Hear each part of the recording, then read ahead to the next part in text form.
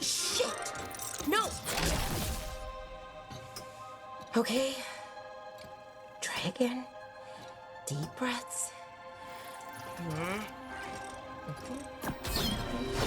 There.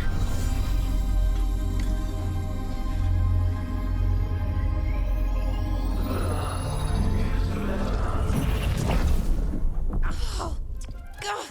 Damn it. Oh, no! Sorry. Just breaking things.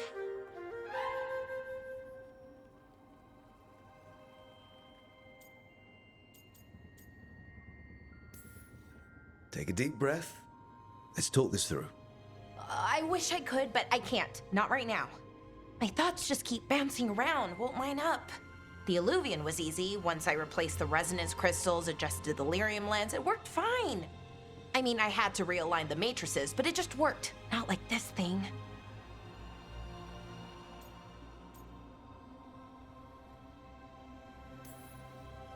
You don't give yourself enough credit. You're smart. You'll figure it out.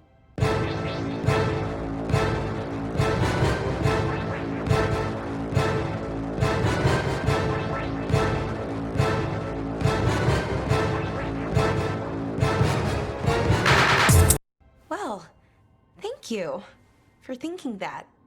Of course. Also, what is it exactly? It's the Nodus Durthalin, the 8th archive. I heard it was gone forever, but here it is. So, what does it do? It knows things, whatever its creator knew, at least. So much knowledge, all the wonders of Elvenon. Or at least bits of them, which is more than we have. Once I figure it out, at least, whoever made it was powerful, but clumsy. It's resonating off tempo. Need to match it. First, introduce a microfracture, but before that, you'll need the Fate harmonics, so... Sorry, I ramble sometimes. I'm a rambler. Ruined a lot of relationships. Most of the people I've been with didn't care for it. And I'm doing it. Again.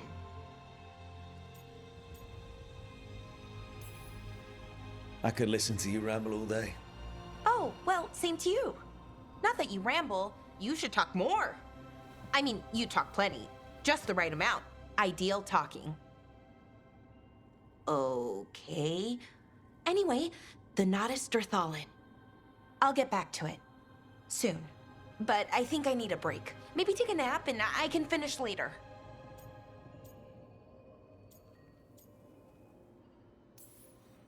Hey, if napping works, then nap away. Okay, I will. Anyways, let me know if you need me. I'll be ready. They'd found someone who could fix their mirror. One of Arlethan's own Veil Jumpers. Just what they were looking for. And Bellara had found something else. An artifact that held a wealth of lost knowledge. But a prize like that was going to attract more attention than they'd bargained for. I'm heading out to practice my new magic. I could use some moral support. I really have to get better at using my new abilities. Don't want to drop a rock on someone's head.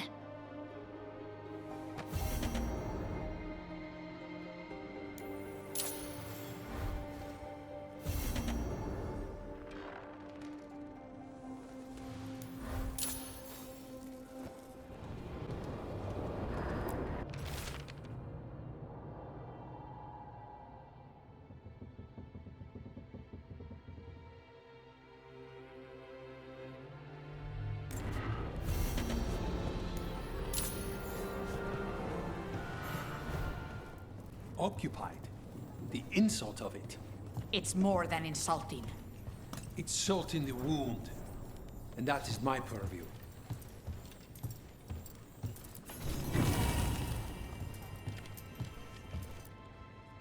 I could have daggers in 100 necks by nightfall. No doubt. But more necks would present themselves tomorrow. I have other daggers. Am I interrupting? Forgive Thea. She gets testy when a contract is delayed.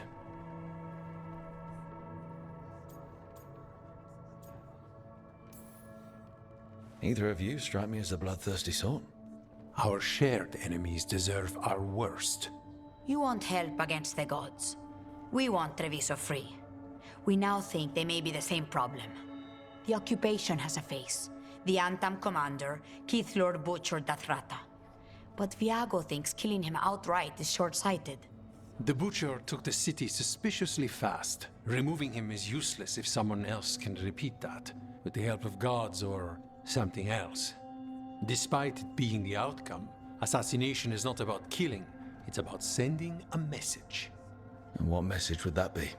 The Crows rule Antiva, and Treviso will be free.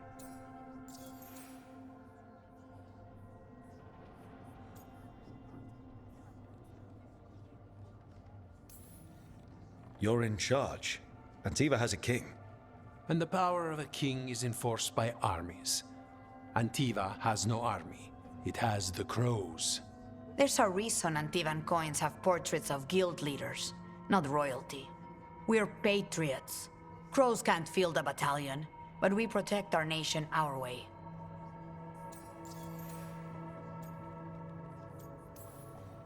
Sounds like you think the occupation wasn't just about force. Cruel as the Butcher is, he didn't break the city with a siege. It was sudden and complete. Like he had it all mapped. Where to march and what to close off to choke resistance. He had inside information? Spies? He had something. And until we know what it was, killing him isn't the contract. The gods care about taking Treviso. The Butcher wants Treviso. The gods may just want the Antam. But Antam distrust magic and outright fear demons. They should be enemies. Power can turn anyone against their own interests, their own people. Butcher Dathrata. What do you know about him? The Antam army fractured, split among warlords, and he seems to have kept the most traditional discipline. And the rank and file like it. His numbers keep growing, but the Butcher himself is odd. Odd how? He gives daily speeches about how the occupation is somehow merciful. And the way he talks, it's familiar. It's like he thinks he belongs here. And I won't have it. Helping the Crows helps everyone in the long run. What's the first step to your message? We have a scout named Dareth. He said he was onto something the Butcher was hiding. He was in the Drown district, so that's a place to start. Find our Crow and help with his contract. Find your Crow, then what? We break this occupation. We craft the message one step at a time. And when we finally assassinate the person who leashed Treviso, that death will tell everyone. The Crows rule Antiva, and Treviso will be free. I've noted the location of Dareth and his cousin, Jacobus, in the Drown district. They're always together. Jacobus will be eager to help. Perhaps too eager for one so young. Can you blame him? We've all lost too much to this occupation.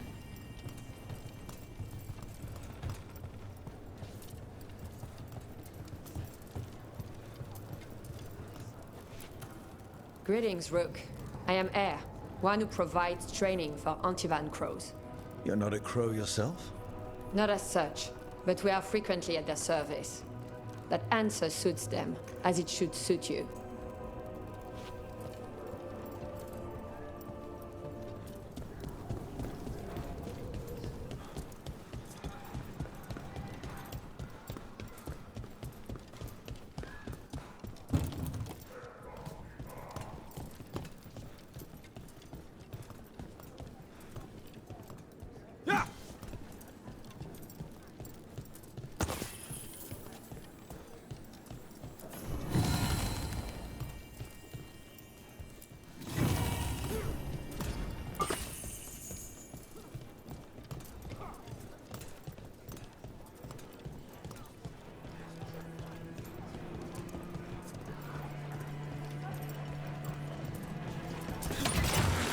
Almost there.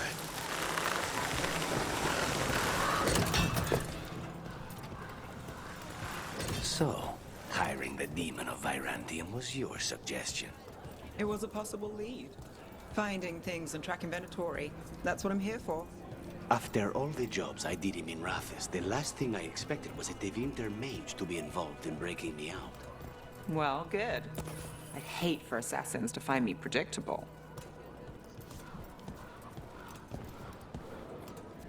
The Antam ordered me out of my house.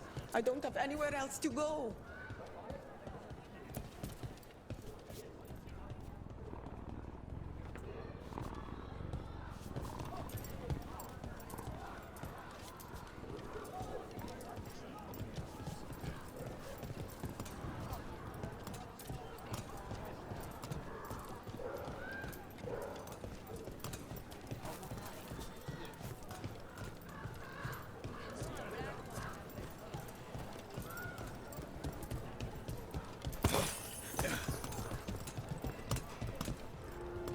The Butcher seems more reasonable than most Antam, but he still doesn't want any mages in the city.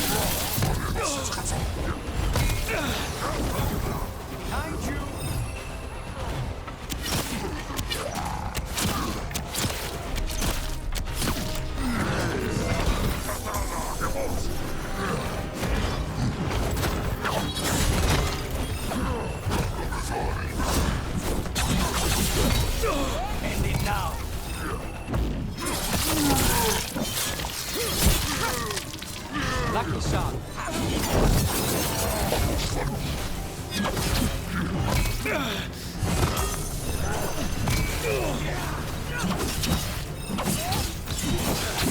Impressive, Rook! Everyone all right?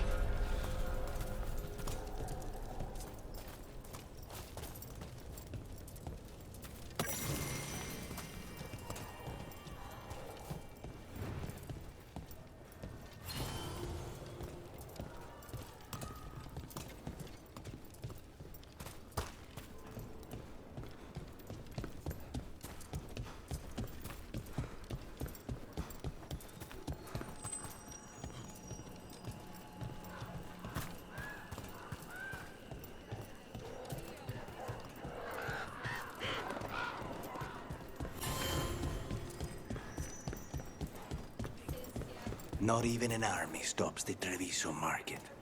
Almost feels like home.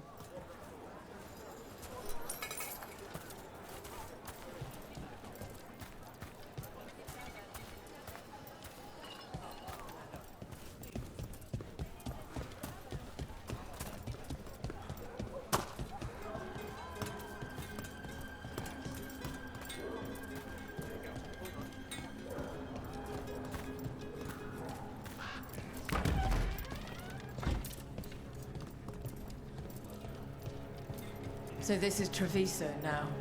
Have some hope. The crows haven't given up. They won't last much longer if the Antam have their way.